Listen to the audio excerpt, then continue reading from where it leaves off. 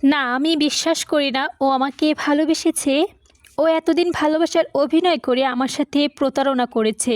না হয় দেখ না, কয়েকবার ওর পরিচয় জানতে চেয়েছি, ও আমার কথাগুলো এড়িয়ে চলে গেছে। তখন থেকে কেন যেন ওর প্রতি সন্দেহ জেগেছিল। পর মুহূর্তে নিজের মনকে সান্ত্বনা দিলাম, গরিব হয়তো, তাই বলে কিছু মনে করি না, এই জন্য আমার কাছে গোপন করছে। কিন্তু এখন দেখি না, তা নয়, অন্যের দয়া মানুষ হয়েছে, এই জন্য আমার কাছে সব কিছু গোপন করেছে। হয়তো দেখ গিয়ে তোকে হারাবার ভয়ে তোর কাছ থেকে গোপন করেছে। আমি কি এতই নিষ্ঠুর? সত্যি কথা বলে যে ওর জীবন থেকে হারিয়ে যেতাম, যেতাম না, তখন বাবা মাকে না জানিয়ে যে কোনো একটা ব্যবস্থা করে ফেলতাম। কিন্তু এখন আর তা সম্ভব নয়, কারণ এদিকে বাবা আমাকে বিয়ে দেওয়ার জন্য উঠে পড়ে লেগে গিয়েছিল। দেখলাম বাবা যেন কোনো মুহূর্তে বিয়ে দিয়ে দিবে, ছেলে প্রায় ঠিক হয়ে গিয়েছে। শেষ পর্যন্ত আমি নিজেকে ঠিক রাখতে না পেরে লজ্জা শরম সব বাদ দিয়ে সম্পর্কের কথাগুলো ওনাকে সংক্ষিপ্তভাবে বুঝিয়ে বললাম।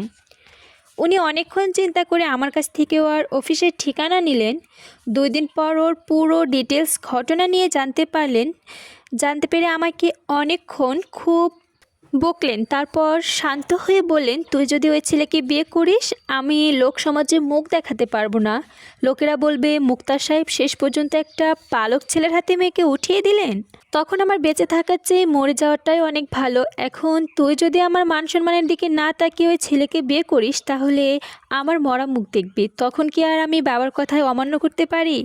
আর দ্বিতীয় কথা হলো, তবু সবাইকে ছেড়ে ওর সাথে পালিয়ে যেতাম, কিন্তু পালিয়ে গেলে কি হবে? ও আমাকে কি নিয়ে রাখবে, কোথায় নিয়ে রাখবে? ওর তো আর কোনো বাড়ি ঘর নেই। যে বেতন পায় ওই বেতনে ও ঘর ভাড়া দেবে না পেট চালাবে? তখন দুজনেরই কষ্ট করতে হবে। আর যদি আমার কষ্ট আমার বাবা মা শুনতে পায়, তাহলে ধুকে ধুকে মারা যাবে। সোমান এবার কথাগুলো মনোযোগ সহকারে শুনল, তারপর বড় করে একটা নিঃশ্বাস ছেড়ে গম্ভীর হয়ে বলল, তাহলে তোর আব্বা আমার কথা এতদিন দারিদ্রতা দেখে ওর পাশে থেকে সরে দাঁড়ালি, এই তো, তাই না? কিন্তু এইবার কি ভেবে দেখেছিস ওর কথা? দেখিসনি, টাকা পয়সা মানুষের বড় কথা নয়, আন্তরিকতাটাই বড় কথা। আজ ওর কাছে টাকা পয়সা নাই, কাল হয়তো আসতেও পারে, কিন্তু এ কথাটা তো সারা জীবনের জন্য রয়ে গেল।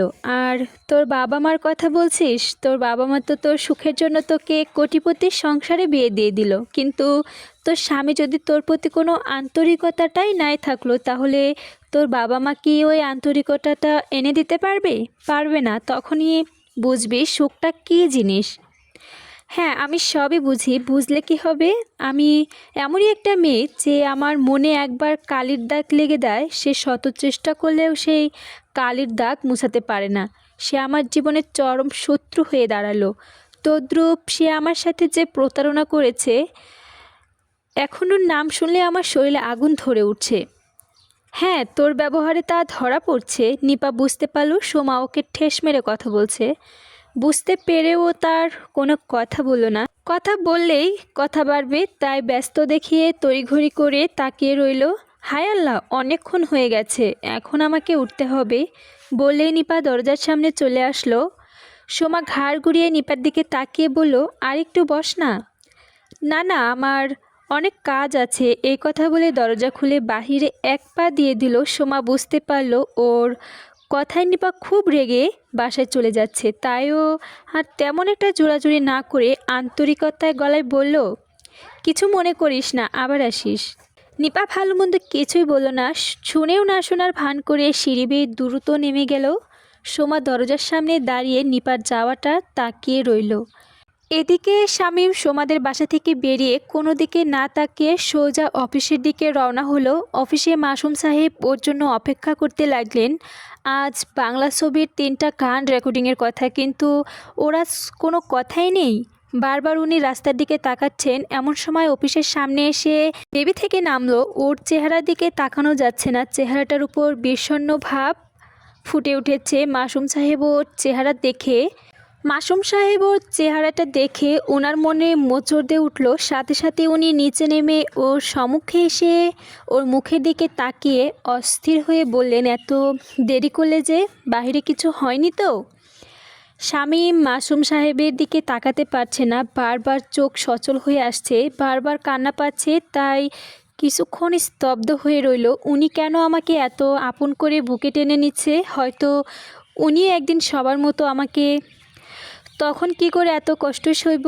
এইগুলো ভাবতে ভাবতে আবার কোনোভাবে চোখের জল সামলিয়ে রাখতে পারল না। টপ টপ করে কয়েক ফোঁটা জল গড়িয়ে পড়ল। সাথে সাথে রুমাল বের করে চোখটা ঢেকে নিল। মাসুম সাহেব শামীমের অবস্থা দেখে ওর কাঁধে হাত দিয়ে আন্তরিকতায় গলায় বললেন, কি হয়েছে তোমার?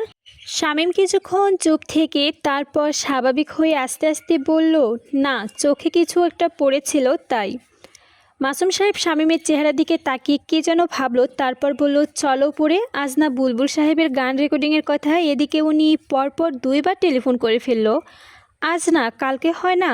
এদিকে আমার শরীরটা। মাসুম সাহেব চমকে উঠে বললেন, কি বলছো তুমি? কালকে উনি ফুল পেমেন্ট করে গেছেন, এখন বারবার করে বলে গেছেন আজ যেন গানগুলো রেকর্ডিং করা হয়। আজ যদি না দিতে পারি ওনার অনেক ক্ষতি হয়ে যাবে। শামীম কিছুক্ষণ চুপ থেকে কী যেন ভাবলো, এরপর বলল, আচ্ছা ঠিক আছে, চলুন।